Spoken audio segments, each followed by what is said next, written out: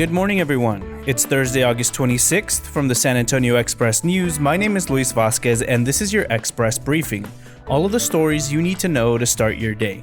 You can expect partly cloudy skies and a high of 98 in San Antonio today. Bexar County has suffered more deaths per capita from COVID-19 than any other large urban area in Texas, according to state and federal data. We're taking a closer look at the numbers and the reasons for this grim distinction with our latest investigation coming today. Look for that at expressnews.com. Also, you're invited to join the Express News editorial board as they interview supporters of continuing Pre-K for SA, San Antonio's early childhood education program. You can watch the live stream at 2 p.m. at the link in the episode's description. And now let's move on to the top stories for the day.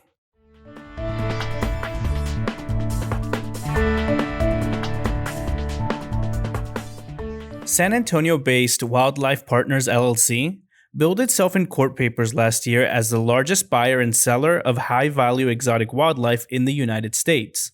A Noah's Ark of non-native animals is posted for sale on the website, including a $6,500 Nubian ibex, a $6,000 Grant gazelle, and a $4,500 blessbok. The company's chief operating officer is accusing co-founder Brian and Chris Gilroy of failing to maintain proper records for tracking animals, as well as revenues and expenses, commingling funds, and using company assets to support their own personal lifestyles. The complaints are laid out in a lawsuit filed in San Antonio. Patrick Danner breaks down the allegations in his latest article. More than 2,100 evacuees fleeing the wrath of Hurricane Laura had sought shelter in San Antonio as late as Wednesday, housed in hotel rooms across the city that had been left empty by the pandemic, officials said. As the storm prepared to make landfall along the upper Texas coast late Wednesday or early today, the evacuees, many from the Galveston area, lined up to receive assistance at a processing center near the AT&T Center. First, they were screened for COVID-19. After that, they were given wristband vouchers and taken by bus or directed to area hotels. You can read more about San Antonio's efforts to house evacuees in Melissa Fletcher-Stolche's latest article. If you're wondering what the NBA players hope to accomplish by essentially going on strike in the middle of the playoffs, you're missing the point. They don't believe skipping a game or two will change the police. They don't believe it will end racism. And they don't believe it'll make Jacob Blake walk again. They do believe, though, that enough is enough, and that merely slapping a social justice slogan on a uniform is starting to feel awfully hollow. So what the Milwaukee Bucks started Wednesday, and what spread to not only the rest of the league, but also to the WNBA, Major League Baseball, and Major League Soccer, wasn't about what the players were asking to receive. It was about what they were willing to give up. Sports columnist Mike Finger offers a perspective on Wednesday's historic move by NBA players. Hilda Ramirez participated in hunger strikes while in a South Texas detention facility and was released with an ankle monitor to pursue her asylum case. Alirio Gamez spent weeks in a Border Patrol hielera, Spanish for cooler, before being moved to several detention facilities. He borrowed money to pay his bond and was released with an ankle monitor too. Both lost their asylum cases and received orders for deportation. Both are fearful of being returned. They're preying on 54 words in the Democratic platform. Elena Ayala spoke with the two immigrants living in separate churches in Austin for the first part of a multi-part column.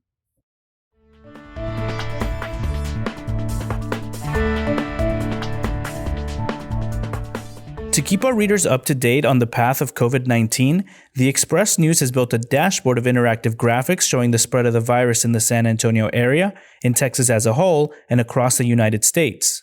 We've also created an interactive map of San Antonio for COVID-19 testing sites that don't require a doctor's referral. You can find a link to the dashboard and the interactive map in this episode's description.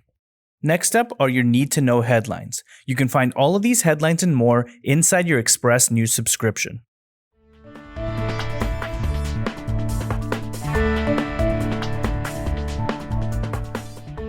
San Antonio officials reported 134 new cases of COVID-19 and 13 more deaths on Wednesday. The numbers signaled that the virus is spreading more slowly. They also highlighted how dangerous it can be to those who have become infected. Even as forecasts showed Houston likely will be spared from the worst of Hurricane Laura, residents and local officials remained vigilant on Wednesday.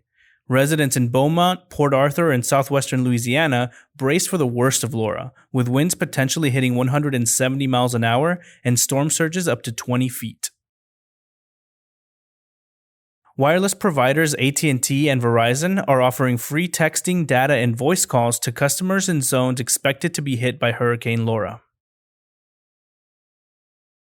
The parent of a former student at St. Mary's Hall has joined a lawsuit against the nonprofit corporation that operates the elite San Antonio private school, alleging that the student endured bullying there.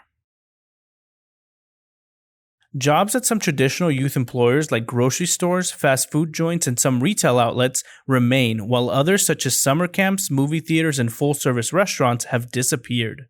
The current mark of 18.5% is double last year's national youth unemployment rate of 9.1%.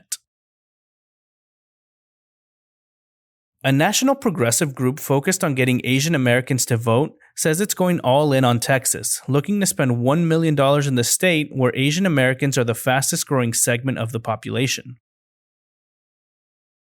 When large conventions resume in San Antonio, even as the coronavirus pandemic continues, they'll look a lot different. An event hosted by the Travis County Republican Party on Friday is under investigation as local authorities look into a complaint that the event violated state and county coronavirus orders. The National Republican Campaign Committee removed language on its website on Tuesday that suggested conservatives should criticize Democrat Gina Ortiz Jones for her sexual preference as she runs for Congress in a district that includes San Antonio.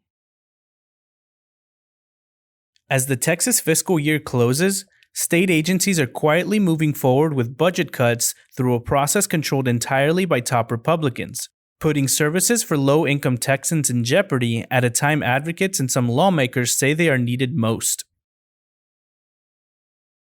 A popular tax-supported program protecting the Edwards Aquifer, San Antonio's primary source of drinking water, would get $100 million over 10 years in a plan now headed to the City Council. City Council leaders deserve the freedom to be innovative and experiment with programs to improve services and address community issues, the Express News editorial board writes.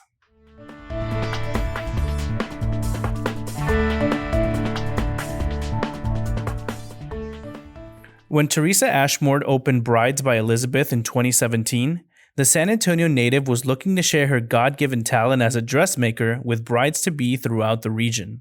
Ashmore calls her shop, located just south of Loop 1604 on the north side, her ministry, and describes her work as a passion more than a money-making enterprise. She opened the store after returning home to San Antonio from living overseas with her airman husband. Ashmore, who has been sewing since she was 10 years old, thinks that in 2021, families will be able to gather for weddings and other celebrations. She talked about reopening the business and how the coronavirus pandemic has affected Brides by Elizabeth. You can read the Q&A at the link in the episode's description. And now for the fun stuff.